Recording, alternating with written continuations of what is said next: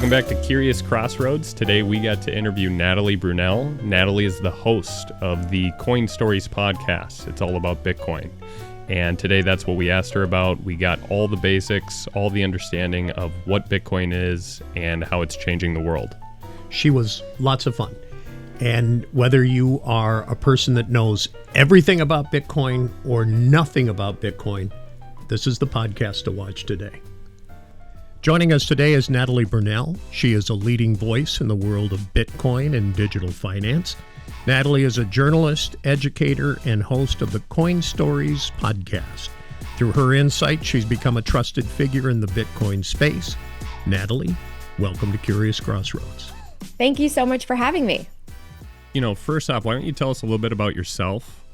I've seen in other podcasts you say you're from Poland. But why don't you tell us about what you did before Bitcoin, and then when exactly did you get into Bitcoin and why? Sure. I don't know how far you want me to go back, but yes, I'm a first generation immigrant. My family came to the United States from Poland when I was 5, and my parents came here in pursuit of the American dream. They grew up under communism. Life was very tough. There was no sense of social mobility or economic hope, and people really wanted to flee and come to the United States. So it wasn't until my parents were in their late 30s and early 40s that they got to come here to America. They immigrated to Chicago, and they just worked really hard. So I grew up watching them, work 6 days a week, just trying to sacrifice whatever they could to give my brother and me a better life. And I think that really shaped me. And I had this idea that, well, this is a place, America represents a place where you can come from any background and you can make something of yourself if you just work hard. And then I went off to college, and my parents, during the time that I was growing up, they were able to save up enough to have a down payment for a little modest townhome in the suburbs of Chicago. And then I went off to college, and the housing bubble popped, and they lost everything. And so I came back from California to go to grad school, and my parents had filed for bankruptcy, and they lost their home, and they had to start over in their 50s. And seeing that was really hard. And for me, it lit a fire because I studied journalism, and I just thought that something is so unfair. The system is so rigged, and I want to expose it, and I want to hold the powerful accountable. And I felt like journalism for me was the opportunity to be a voice for the working class and for the little guy that was getting taken advantage of by the powerful man. And so I entered into my journalism career really motivated by that, but I didn't understand how the financial system worked. So I placed blame, like so many people do today, on the wrong things. I got a little political. I thought we should tax the rich. And I thought there was something really unfair that could be solved by politics.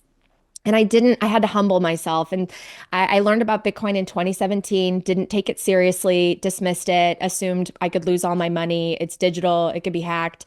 But someone gave me the book, The Bitcoin Standard. And that's what changed everything for me. It was the first step on a path to humble myself, learn all about how money works, learn how banking works, and realize that Bitcoin is the best solution possible to the biggest problem we face, which is inflation, which is the fact that we don't have something reliable to store money and value in for the long run. And so I'm really excited to be working for myself now. I'm passionate about Bitcoin education. I do my podcast. I'm no longer in mainstream news. And I just want everyone to hear this message, no matter where they are. That's great. Yeah, I actually have a copy of the Bitcoin Standard too. It's actually signed by Saifedean. Oh, so that's great.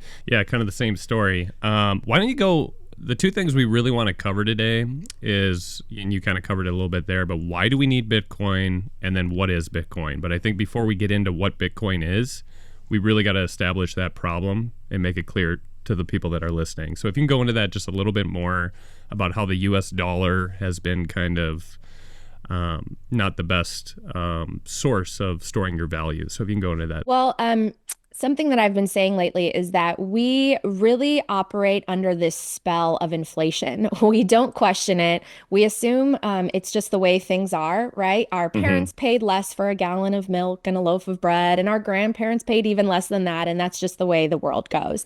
And we don't step in, peel back the layers and say, well, why is that? Why is that happening? And while there are things that can obviously affect prices that are short term or political, things we can't control, there's this deep current at the bottom of it, and it is inflation. And inflation isn't actually the rise in prices, that's the effect that we feel. Inflation is the expansion of the money supply. And none of us are really taught this. If anything, we're taught that that's a good thing, right? Inflation is necessary for a healthy economy. The money supply has to be flexible to respond to the needs of the business cycle. Well, I didn't realize that I should question, is that actually true? And when I started studying Bitcoin, the biggest thing I learned is that we actually don't need inflation. Inflation is essentially like having a boat that's draining out water at the rate of 2%, they tell you, but it's actually a lot more than that. And so you have to work harder and harder every year to bail that water out. And it leaves so many of us feeling frustrated, and we don't know what we're doing wrong because we're working harder. So I think the problem we need to recognize is inflation. Baked into the cake of our financial system is this need to expand the money supply. And why? It's because our whole system is based on credit. We're going further and further into debt, and we're pulling in the demand forward, and we're just paying off one credit card with another, and we're placing a massive burden on future generations. So I didn't realize how pernicious and how hidden of a tax inflation was. And so then you go searching for a solution, right? It's like, well, should we go back on a gold standard? Because our money isn't backed by anything, and the government just prints it. Banks print even more. And so what solution could we potentially move to? And I don't think that gold is realistic, because its fatal flaw, the reason we got to this point of papered over money and all this debt, is because gold is physical and it can't be transported over long distances. Its vulnerability is it does get centralized. So now we have to look outward for something else. And in a digital world, Bitcoin is this amazing, incredible invention that came to us at an inflection point where I think we needed it most. Do you think the inequality now is the biggest it's ever been, because the people that need the dollar to hold up the most are like the poor and even the middle class? And so you have this kind of wealth gap where the rich are able to get into assets like gold and real estate, stocks, things like that, where the poor don't have that ability.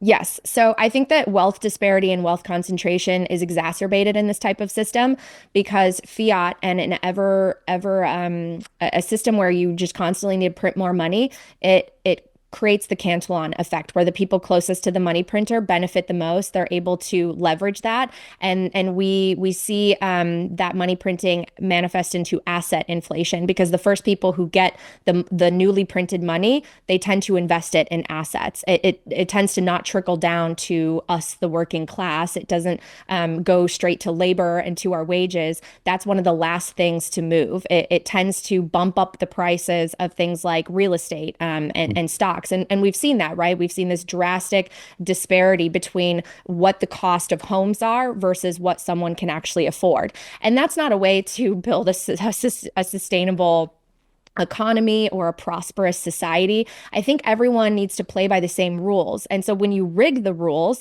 it's no longer fun, right? Because I like to think of the Monopoly game as an example, because it's easy to picture paper money, right? A banker that has the money that he issues, and we go around and we try to purchase as many properties as possible. Well, it's not very fun if all of a sudden the banker increases the money supply by 3x and decides which players to hand that out to first.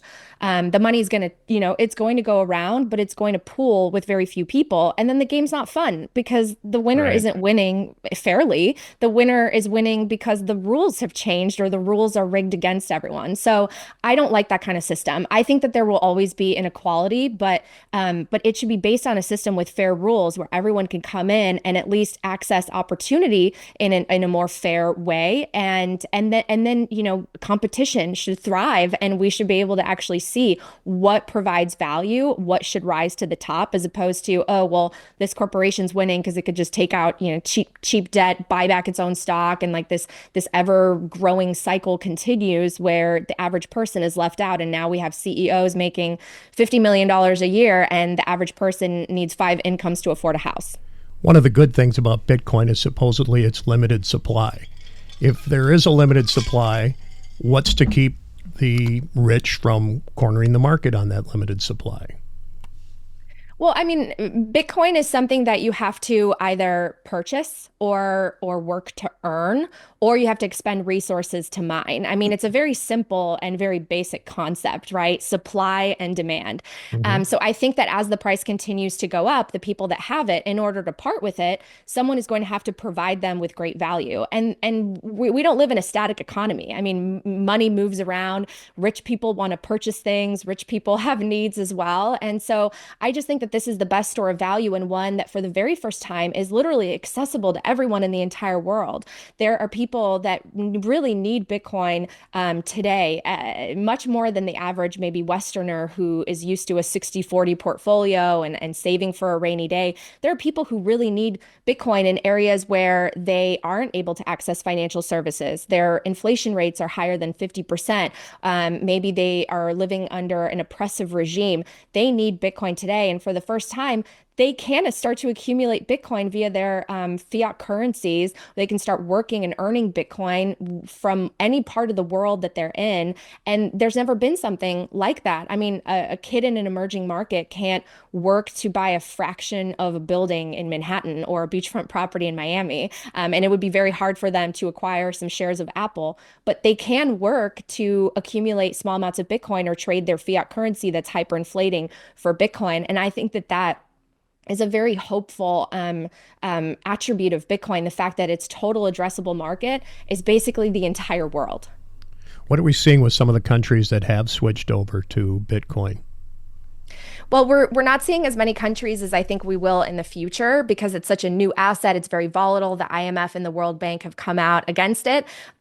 So countries like El Salvador are very early, and I think that they will benefit from it in the years to come. I mean, President Nayib Bukele, he faced such harsh criticism when Bitcoin's price tanked, and now he sometimes shares his wallet and how much appreciation they've had, and it's very exciting, and I hope that other countries follow suit. But I think one sign of the times that the tides are turning is the fact that now the United States appears to be embracing it because we do set the standards for the world in so many ways, and people look to us as an example. And so I think if the US adopts Bitcoin and creates a US strategic Bitcoin reserve, then it's going to be an all-out, fight for which countries can acquire as much Bitcoin as possible.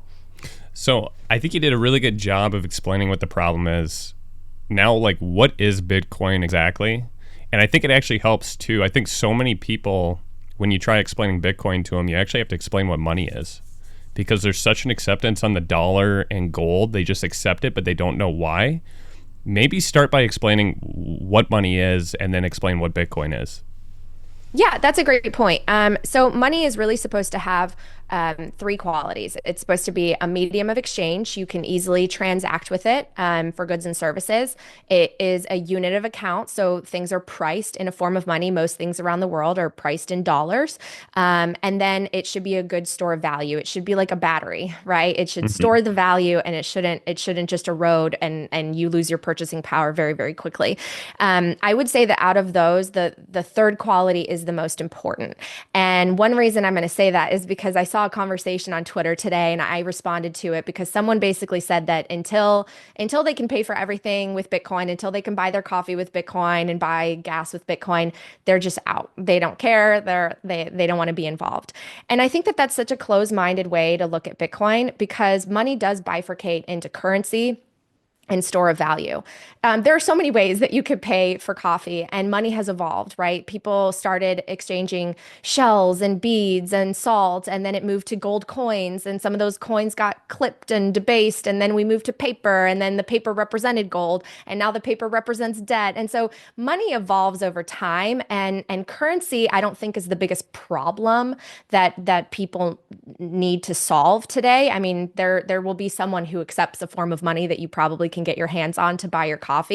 But the thing that we really do need to solve is the store of value, because through inflation, through the system that we have, your money you can't take your cash, put it in, your attic or in a bank account and have it buy you the same amount of stuff in even just a year, much less 10 to 20. You want your money to store value so that you're not working harder and harder for money that's worth less. You need to be able to provide for yourself, for the future, for your family.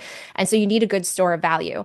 And today, typically, stores of value are divided into real estate, equities, a little bit of bonds, but I don't know anyone who would actually buy bonds in this environment of inflation. And then, of course, like rare art, collectibles. But the two biggest ones I would say are equities and real estate. Well, if you start to break down those, real estate has some flaws to it. You can't pick up a building and move if you really need to. What if someone gets elected who changes the laws? What about property taxes? What about maintenance costs, repairs, natural disasters, right? There are some flaws with real estate, even though it's been a great tool for generating wealth. How about equities? Well, I don't necessarily know that I could predict what's going to happen with any given company in 5, 10, or 20 years. Companies rely on the people that run them to do the right thing, to outcompete other companies, to create new products and services, to create value for the long run. And things change, right? One horse that's leading one year could be last the next year. And so you don't know. And there's always tariff risks and liability risks and all of that. So when you start to break down the stores of value, you realize that, hey, what if there was just something that didn't have to, that was engineered really perfectly? It was technically perfect. It was an ethical form of money. It was politically neutral. What if we engineered something that no one could control, no one could print out of thin air, no one could manipulate, and that all of us have access to around the world, and we could verify each ourselves? Well, that sounds great, right? In theory, wouldn't that be amazing? And it's accessible to everyone in the entire world and infinitely divisible. That's what Bitcoin represents. It's this perfectly engineered store of value so that you can take what you work so hard for, what you exchange your time and energy for, and have it actually last for 100 years without having to take on a second job as a real estate investor, as a stockbroker part-time, and a trader. I just think it simplifies saving. It really does. Bitcoin simplifies saving and allows you to kind of set it and forget it and own a piece of something that will never be manipulated or inflated. Do you think once banks get involved with Bitcoin that there's an issue with, say, the novice who doesn't trust himself with a cold wallet and lets the bank take custody of his Bitcoin? Well, I think that optionality is best. I think that a free market should allow for different companies to acquire Bitcoin and offer services. And obviously, hopefully they're compliant with laws. I think rule of law is very, very important because we saw what can happen in the world of the crypto meltdown of 2022 when these companies were offshore, opaque, and were essentially fraudulent. And I think it should be up to people what they want to do. If they want to introduce counterparty risk and if they want to trust an institution out of convenience, I think that they should have the right to make that decision versus others who, because of Bitcoin's nature, it is a true digital bearer instrument. They can have the power to take self-custody. They can do that. They can be their own bank. They can be fully self-sovereign. And so optionality, I think, is the best. I don't think anyone should be forced to do one or the other. I don't think anyone should be forced the route of the bank. And if you don't want to take self-custody, but you want to have exposure and you trust your bank or you trust the middleman that you're interacting with, I think that that's your right too, but as long as you acknowledge you might be taking on some risk with that. So the same would hold true with the Bitcoin ETFs that are available right now? Well, yeah, I mean, there are so many institutions, there are pension funds, there are RIAs that are prohibited from owning spot Bitcoin. So, I mean, I get this question a lot, and I sometimes think it's interesting that Bitcoiners ask it in a way that connotates that maybe they're against ETFs. Why would you not want everyone to have exposure in some way to Bitcoin? And so if their charters prohibit them from buying spot Bitcoin, but they can own it in this vehicle that operates within a regulated, compliant environment, and they pay a fee for the management firm that's holding the Bitcoin. Well, what's wrong with that? Again, it's a choice. It should be an option. And I don't like the idea of companies, firms, individuals being prohibited from purchasing this asset class and having exposure to it.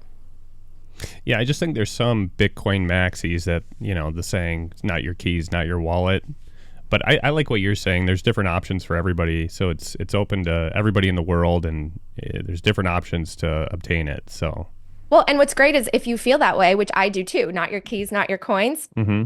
you can take full self-custody and Right. your coins are not at risk by one of these ETFs. So I just think the more options that we have, the better for everyone to be able to have exposure. This episode is brought to you by Trezor. Protect your Bitcoin like a pro with the Trezor Safe 5. Engineered with cutting-edge security, this hardware wallet keeps your crypto safe from hacks and theft. Trezor Safe 5 makes securing your Bitcoin simple, reliable, and stress-free.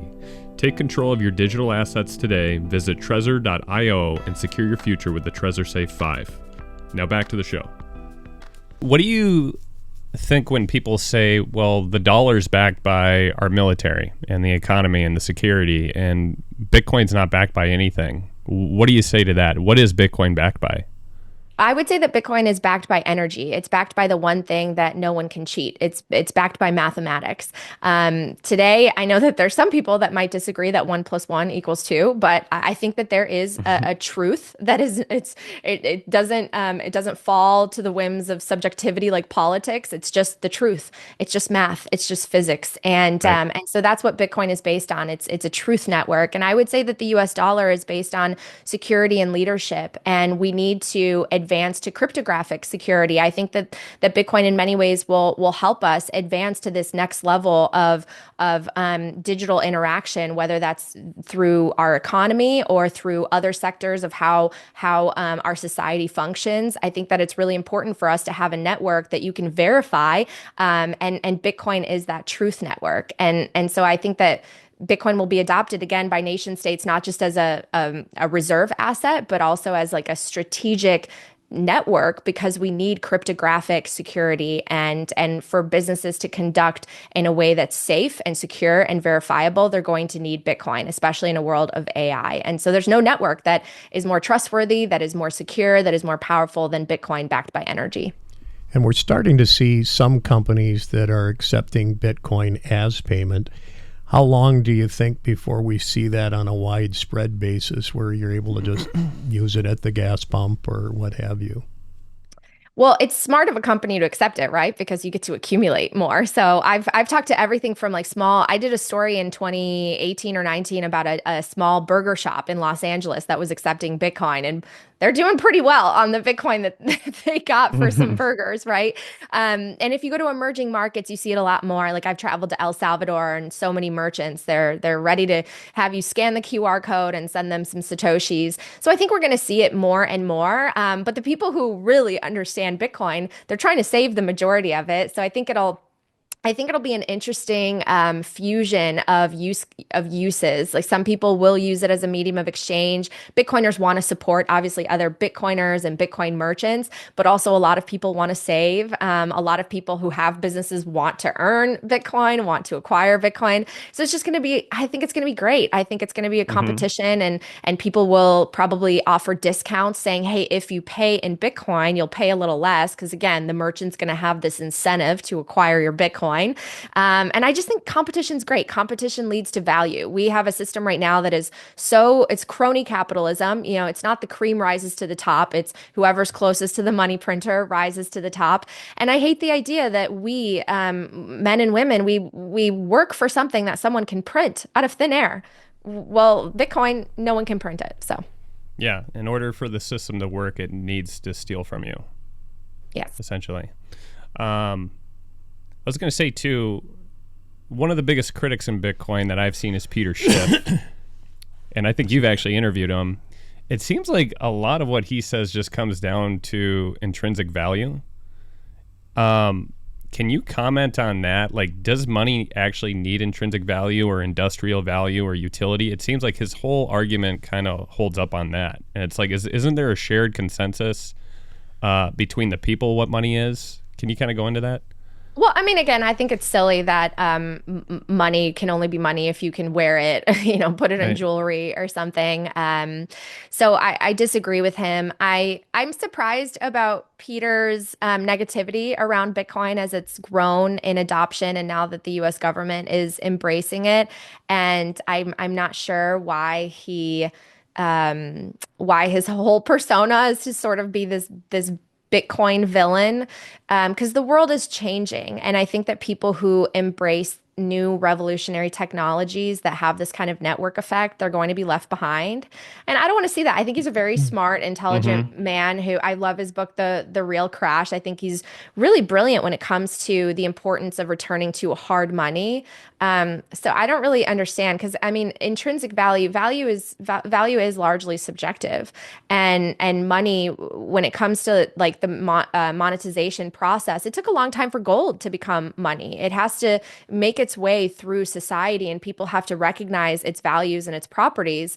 And so Bitcoin is going through that process. And of course, it's very small right now. It's a $2 trillion market cap. It's just like a little pebble in this massive sea of rocks that represent all the real estate and all these other asset classes. And it's growing. It's growing naturally, organically. This is a bottom-up phenomenon. One thing that Peter talks about a lot in his work is the idea that money should emerge from a free market. It shouldn't be imposed on us top down. And that's exactly what Bitcoin is. I mean, most of us have front run all of the Wall Street firms, and Right. and it's still early. I get that question a lot. Is it too late? No, and it's not too late for Peter to get in. I know it's probably tough for him because Bitcoin Otherwise, probably mad. cost like $1 or $10 when he first heard about it. But sometimes we have to swallow our pride when a better technology comes along. It almost seems like Bitcoin is following the path of the internet. Back in the day, you had just dial-up AOL, basically stuff that you could read, and look where we're at now with the internet. It's just exploded, and in a pretty short period of time. Well, and that too, and I was just going to say real quick, isn't Bitcoin, like you say, it's following a similar path of gold? Like, wasn't gold first like a store of value and then became a medium of exchange, and then we started pricing it? But it seems like people want to hold the better money right now. There's a transition from bad money to good money, so it just kind of makes sense that when you start, it's a store of value. For sure. And we have to remember that there are lots of things you can make jewelry out of, but the reason that gold has remained such a powerful asset and money for so long recognized globally is because of its low inflation rate. The fact that you cannot create it, produce a ton of it very, very easily. Its inflation rate has always stayed somewhere between 1.5 to 2%. And that has been its shining attribute. And so here we are with Bitcoin, an engineered form of money, a digital money for the digital economy that we all live in, and it's even harder than gold now to produce. And back to your internet point, absolutely, I think this is a really powerful analogy because for me, for example, I remember watching the Today Show in the 90s when the internet was just starting up and everyone was so confused and all the anchors were kind of confused and dismissive, and there's these viral clips of it, right? Like, what's the at sign? Yeah, What's for the email. No one at the time thought that we would be interacting with one another, communicating online and buying things without going to the I mean, the internet changed everything. And the people who saw that early, the visionaries that everyone laughed at and everyone thought they were crazy, well, they benefited the most, and good for them, and because they saw where the puck was going, and they didn't focus on the world the way it was, but how it could be. And I think people need to open their minds and be curious. The people who understand Bitcoin are the ones who are curious, who are ready to allow for this transformative change to enter their lives, and they don't sit and focus on the 20 ways it could fail. They focus on the 20 ways that it can make our lives better. I think that Bitcoiners are really inherently the optimistic, solution-minded people. And just like the internet transformed the way that we communicate, Bitcoin will transform the way that we interact and exchange value. And I think that that's going to be a better, more inclusive, accessible world for everyone. It really does seem too like the more you look into Bitcoin, the more conviction you have, because you try to disprove yourself, or you try to disprove Bitcoin and you can't. And it builds that conviction over time. So completely. Can you talk about the mining process a little bit? I think a lot of people don't understand mining. They get confused by it, and then also kind of comment on nodes and explain what a node is and how it's decentralized.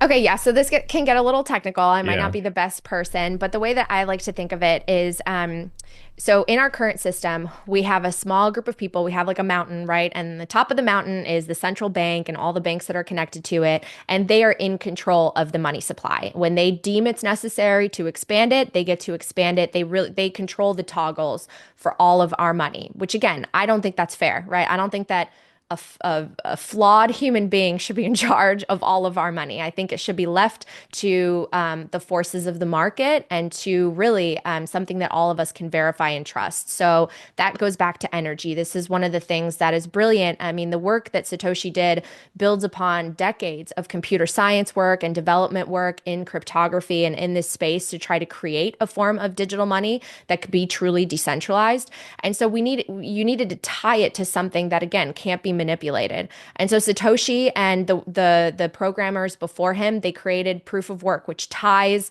Bitcoin essentially to expending resources, expending energy to prove that you did the work. And when you think of mining, the easiest analogy that I've been able to come up with is it's really as basic as a lottery system. I mean, these computers are not doing really anything that much more sophisticated than guessing really, really big numbers that our brains can't even comprehend. And so what they're doing, they're expending the energy to just guess numbers. And if they fall within a certain limit or a certain set of rules, then a miner can verify a block. Essentially, they win a block and they can verify the transactions. And then those transactions get added to the blockchain. So each block is a list of transactions. They're all connected all the way to the Genesis block back in 2009 when Bitcoin was released.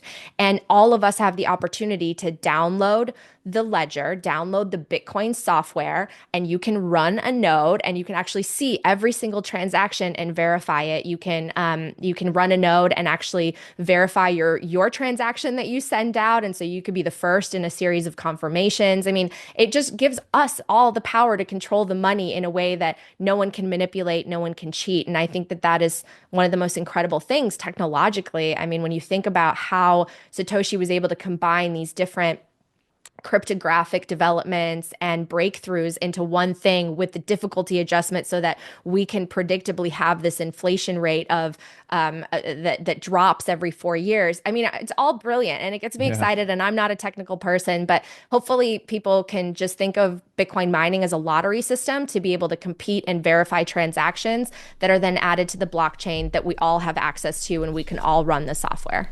And so the more computational power you have, the more you're securing the network. It makes it harder for like a 51% attack. So it's like there's this benefit to mining and computational power and proof of work to actually secure the network itself.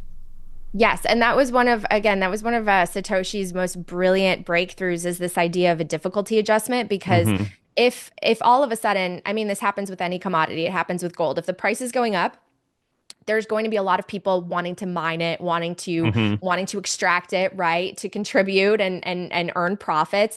Well, Bitcoin is something that self-adjusts. So if there's a ton more computing power, essentially more and more people guessing and more computations happening and the energy use going up, it can regulate that and make the guesses harder. So the lottery all of a sudden goes from, one crazy number to an even harder crazy number so that it takes longer for the computers to guess. And it keeps that inflation rate steady. It keeps every block being found at about the same amount of time, which is, again, it's brilliant. It's brilliant. I mean, the people who led to the creation of Bitcoin with Satoshi at the peak of that, it's just incredible. It is insane. It's hard to believe that it would just be one person. But Bitcoin even allows people like us to get in the hunt. Yeah. Have you seen the BitAxe? We have a BitAxe. It's like a solo miner. Oh, that's cool. So we run a full node and we have a little BitAxe solo miner. It does like a 1 terahash.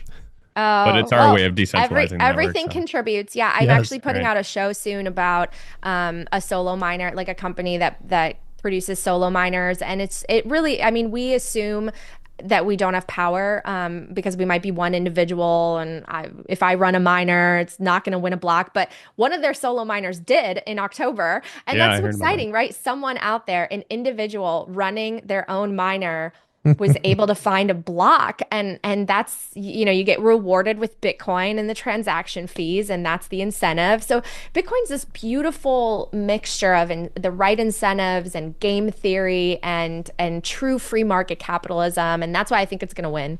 Well, also too, if you hold Bitcoin, it benefits you to help to decentralize it, whether it's a lottery pick or what. I was going to bring up quantum computing. Have you heard about kind of the recent quantum computing with the qubits or whatever it may be, is that an actual threat in the short term to Bitcoin? Is that maybe the most, is that the biggest threat to Bitcoin, or is there other threats? But what do you think of quantum computing? I don't see it as a threat. Quantum computing is something that would potentially impact every financial institution that exists, all of our email accounts, our bank accounts, government accounts, things the government wants private, nuclear codes. I mean, Bitcoin is literally the most secure, powerful computing network in the world.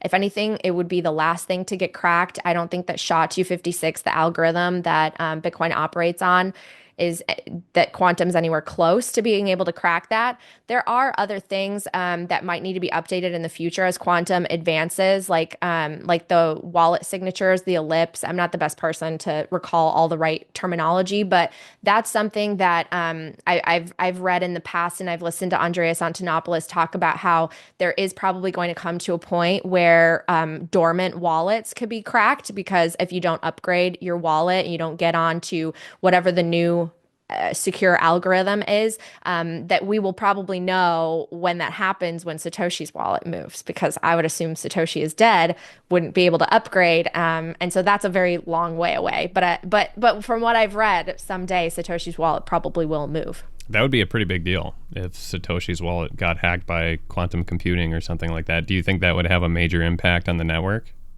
As far as the price or anything like that at that point? No, again, I don't think that the network is vulnerable to these types of threats. I think it's very far off, and I think even if that were to happen, I think Bitcoin is going to be so entrenched in the financial system, and so decentralized and immersed in how we trade and secure value, that we would just address the problems as they come. I'm not worried about it. Again, I mean, think about all the people that have regular bank accounts, and the government that has everything at the pen. I mean, that encryption would get hacked before Bitcoin. And so I'm sure they would figure out a way to secure everything. You're right. Is there any way to know what his wallet holds? Yeah. Oh yeah, no, it's public. Everyone knows Satoshi's wallet.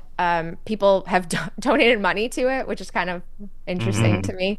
But yeah, it has more than 1 million Bitcoin, and it's not moved. Nothing from that wallet. Why don't you go into that too, about how Bitcoin is incredibly transparent and public, and there's this misconception that only drug dealers are using Bitcoin, and it's like, it's a completely transparent public blockchain. Can you go into that a little bit and just explain that? Yeah, so going back to what we said about the blockchain, each block is a set of transactions, and that gets connected to the one that came before. And so it's like a chronological, it's like a time chain going back to the very first one. Yes, about every 10 minutes. They're actually faster right now. They're probably like six-minute long blocks. And yeah, I mean, anyone again can download the Bitcoin software, and anyone can see any of the transactions. So it's actually a very, this is one of the concerns about Bitcoin, is it's not fully private, and it's not anonymous, it's pseudonymous. So if you're able to figure out someone's wallet address, then you can connect it to every other transaction that's been made and where money has been sent. So forensic analysis is a field that I think is going to grow. And there are going to be people who are better able to actually track where money is sent via Bitcoin than in our traditional opaque system, where there are shell companies and foreign bank accounts and things that you need a lot of subpoenas to be able to open up and look at. So Bitcoin's very transparent. I think it is, it's not something that a criminal would want to use. And right now, I think that's something that, again, that the field of looking at it, like chain analysis, will continue to grow. And then just to back up real quick, if you can just define what a node is, just for the people listening. I think when I first got into Bitcoin, I was confused what a node was, but can you just explain, very clearly? We bring up node a lot, so if you could just explain that. Yeah, so think of the miners as doing the guessing, and the nodes being the computers that verify. They make sure that the blocks are following all of the rules, and they can accept the transactions. They can accept the blocks, making sure that they do follow, and then broadcast them. So the Bitcoin network, the reason it's decentralized is because there's this constant communication where the nodes are broadcasting to one another, verifying that the blockchain is consistent. compliant and has followed all the rules. So it's almost like think of it like a neighborhood watch, right? Like Hmm. if you run a node, you're kind of one of those neighbors that's taking a look, making sure everything's kosher, everything's following, no one's doing anything weird, no one's lurking around. So yeah, it's just kind of like you run the software and you're contributing to the security and the verification of the network. And a full node is like an entire copy of the Bitcoin Yes. protocol. Yes. So Yeah. there's a Which bunch is of backs everywhere, all over the world, 10,000 nodes or backups of Bitcoin all the time. Yes, there are more than 10,000 nodes. Anyone can download a node. It just takes a little bit of time to download all of it. But that's one of the important things is Satoshi set out to design Bitcoin in such a way that everyone can run a node. Like the block sizes have the capacity and are the size that they are so that when you stretch this technology out 10, 20 years, the average person won't be left out to be able to run a node. Whereas a lot of the other blockchains have compromised that in favor of, say, speed or functionality. So they make the blocks bigger, which again, over time prohibits the average person from being able to run a node. And if the average person can't run a node and that gets centralized into the hands of few people, then those people could potentially influence the network. And so the block sizes and the way that Bitcoin was designed is a way for it to become resistant to change, especially over time. And yes, maybe sometimes there are updates that are needed, but they should be really consensus driven in the most decentralized way, and they should not be vulnerable to capture by a small group of people, which a lot of the other tokens are. Coming back to the common man, I'm kind of playing the naive role, which is appropriate for me today. But somebody is watching this and they go, geez, I'm interested in getting a little Bitcoin. How do they know where to go so that they're not, so that it's a safe transaction? You know, if they've never experienced Bitcoin and they don't know what entity to deal with, how do they know how to do that? Or how do they figure that out? Yeah. And I think it's a really fair question. One thing that actually Peter Schiff wrote about in The Real Crash was the fact that today we do less research in where we put our entire life savings than on the TV set that we buy. And it's kind of true, right? Like there are, a couple too big to fail banks and you mindlessly open your account and just stick your whole life savings in there, not realizing or not appreciating the fact that if all of us were to go to that bank and call upon our money, they wouldn't have it, right? It's so crazy, but we put all of our trust in this very fragile system. So Bitcoin is the same. I mean, the network is something that you can trust, but it's trustless. You don't have to trust any other person. The network is trustworthy, but it is something that does not require us to trust any other person within it. And the companies that build and offer Bitcoin services, they are intermediaries, essentially very similar to the banks that we have in the fiat world. And so it pays to do homework and it pays to operate with a company that is compliant, that is transparent. Like, for example, a lot of the exchanges are now adopting proof of reserves to show that, hey, we have our back Bitcoin. Like we're fully backed. You don't have to worry that we're issuing you Bitcoin, telling you have Bitcoin in your account, and oh, actually we're like lending it out, rehypothecating, and we barely have anything in reserves. Because that's how our current system works. So I think that people just need to do a little bit of homework. I think that they should, if they're going to buy Bitcoin from an exchange, it should be one that's regulated and compliant with U.S. law. Again, rule of law I think is important, and only put in what they feel comfortable with, knowing that it's volatile in the short run. And then I do urge them to also study taking self-custody because it's not as difficult, not as technical as people assume. And it does make you self-sovereign. It removes counterparty risk from intermediaries where, again, you don't know what's going to happen with various companies. And a point there, because you're using an exchange, I know a lot of people that aren't familiar with the cold wallets leave their money in that exchange. And that's where a lot of times people get hacked or can get hacked, more likely to get hacked. Yeah, I mean, you have to. There is no recourse for you, correct? Yes, that is correct. So as of right now, there is no backstop like the FDIC insurance that we have at a traditional bank. So if someone were to attack your traditional bank account at one of the too big to fail commercial banks, you would probably get most of that money back, right? Like up to $250,000 is insured. And I mean, side note, it's very easy for them to do that because they can print it out of thin air and just deposit it to your account. But that's a side note. But no, in the Bitcoin world, you really have to keep things secure because there is no backstop. There's no one who's going to come in and bail you out. And so two-factor authentication, making sure you keep those accounts secure is very, very important. And again, I think taking self-custody is really Right. important because Yep. then you remove the risk of people being able to come and hack your coins. But there are great companies. Like I don't want people to think that every company out there is super vulnerable. Like you really have to take responsibility for your account, making sure that no one can get your password, no one can log in. You have multiple ways to identify or authenticate your Authenticators, yeah. identity. Yeah, but again, it should be people's option. I know some people who leave Bitcoin on an exchange that they trust. I know some people that take self-custody, and I know some people that are not in Bitcoin, and I'm trying to get them into it. Right. Yeah, I prefer the exchanges too that are like Bitcoin only. Yeah. A lot of confusion with a lot of the altcoins that a lot of people come into Bitcoin. The saying is like, come for the greed, stay for the revolution. They think Bitcoin is this get rich quick scheme, which I think a lot of the altcoins are playing towards. But why don't you describe the difference between Bitcoin and a lot of the altcoins that you see out there? Yeah, because you're seeing a lot of people go, oh, geez, I missed the boat. Bitcoin is at 106,000. I missed the boat. I'll get into Doge or what have you because it's at 30 cents. What do you say to those people? It's a totally different product. Look, again, I believe in free market capitalism. I don't want to judge how someone uses their money. I don't judge the people that go to casinos. I wouldn't do it. I wouldn't risk my money just essentially playing slots.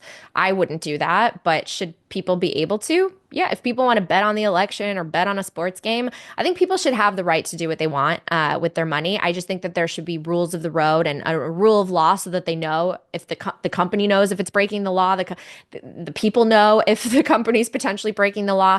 The thing that's just sad to me is that people have unit bias. And so they see Bitcoin, they don't understand Satoshis, for example. So they assume, oh, it's too much. So I'm going to buy one of these penny tokens, Right. not knowing that there's a small group of people who are issuing that token. They've mined or issued themselves a ton of it, and then they're the investors left holding the bag when it pumps and then dumps. And we've seen that over and over again. I mean, there have been tens of thousands of these cryptocurrencies because anyone can spin one up in a day.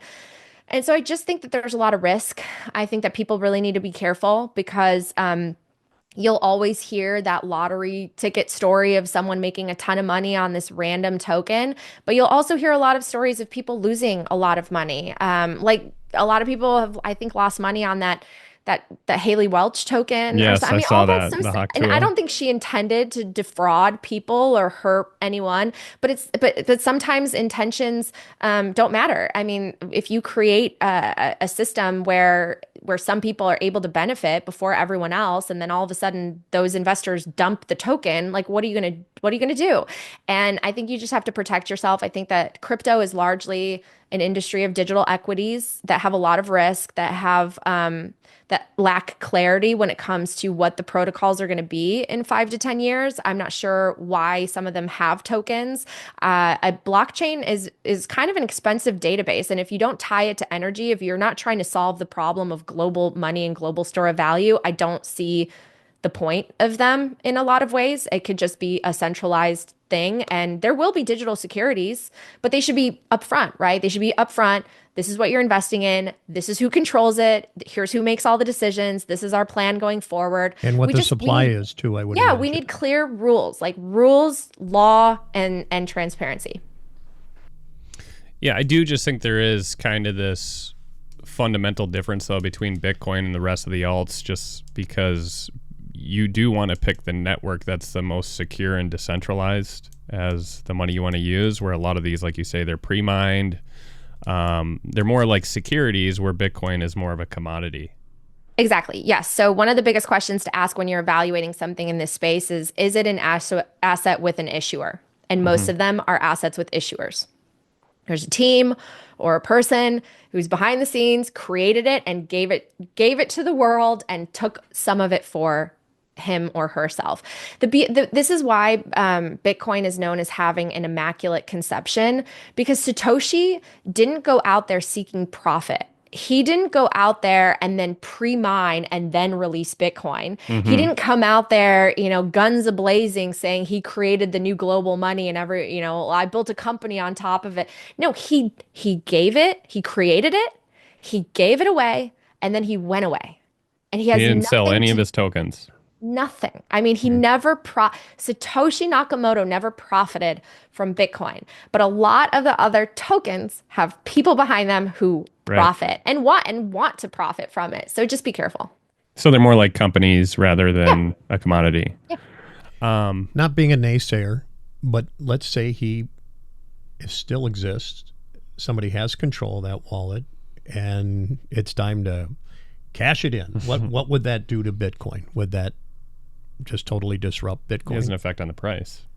I think it would affect the price. I think some people would see that as, a sell signal for sure, but it doesn't impact the decentralization of the network. I think people's biggest concerns should be, if Satoshi were to, come back to move his wallet, could he impact the protocol? And I would argue no. I would argue that it's fully decentralized now, and Satoshi would have no impact. I don't expect any of that to happen. I think that Satoshi's no longer with us, but gave this great gift to the world, and I think we should be really grateful for it.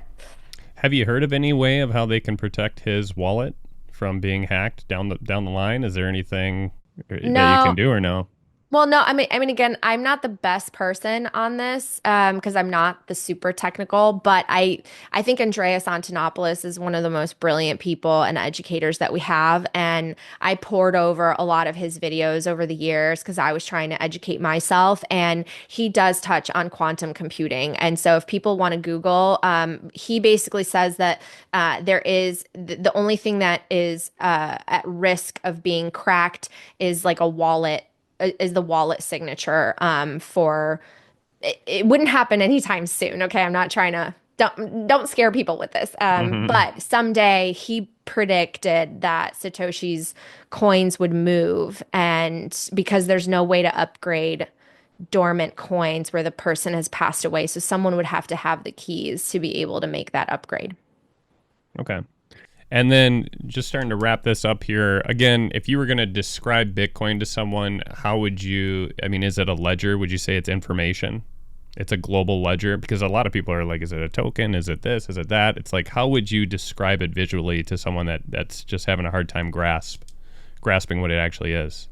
I would just say that it is the best form of money because no one can print it, and it is a store of value. It is somewhere that you can place your money in this digital vault, so to speak, that no one can ever manipulate or confiscate from you or destroy the purchasing power of. And I think that that's the most important thing about Bitcoin is it will be scarce and finite, and it is decentralized for all of us to be able to verify the truth of the network.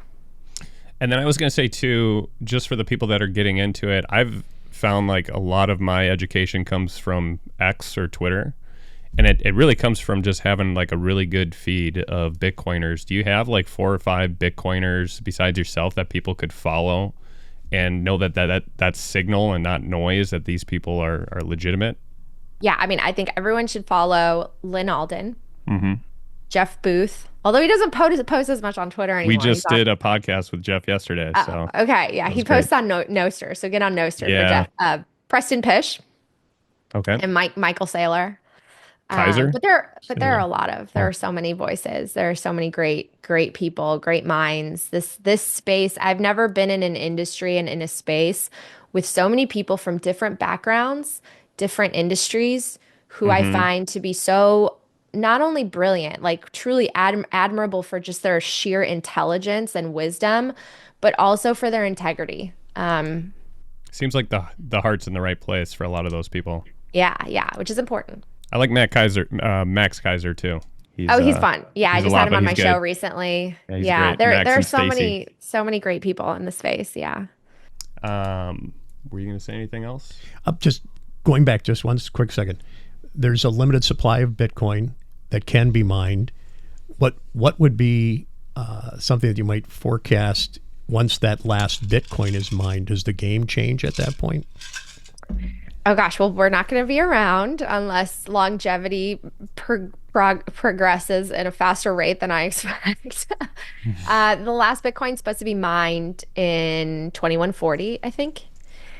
It's a long way away. Oh, The world's okay. All right. Well, never mind that question. gonna look very different. But once Bitcoin no longer once you no longer earn a fraction of a Bitcoin for rewards because it keeps getting cut in half Yep. to literally fractions of Bitcoin for each block that's mined, transaction fees will make up the rest. And again, I think that Bitcoin is going to be something that moves less frequently on the base layer as the price continues to go up because it will cost a lot to move it on the base layer. People are going to transact with it on secondary layers like the Lightning Network, and I'm sure there will be more that are created. And a lot of people are again going to like store it as long as they can, unless they absolutely have to sell it. But we have to remember that yes, it's 21 million coins, and that doesn't sound like a lot because it's not.